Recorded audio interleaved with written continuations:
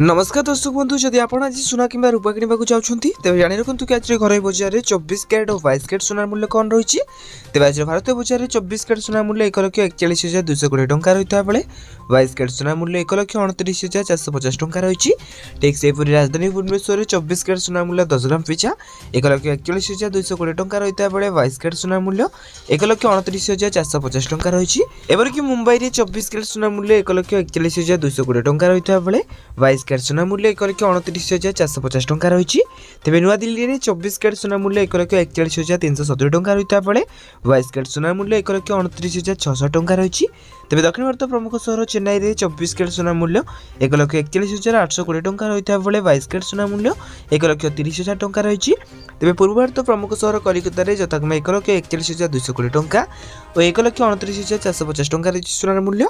अन्यपटे रूपा मूल्य किलो पिछा 2,51,000 टंका होती। तेज यहाँ आज सुनार उपर सठिक मूल्य। जदि आपड़ी सुनार उपर सठिक मूल्य जानवा चाहते तेज आम चैनल को सब्सक्राइब कर पाखे बेल आइकन को टॉम रे सेट करने सहित वीडियो हेल्पफुल होते निहती भाव वीडियो को लाइक करी डिस्क्रिप्शन टेलीग्राम चैनल लिंक अच्छी तो जाकि आपने जानी जातु।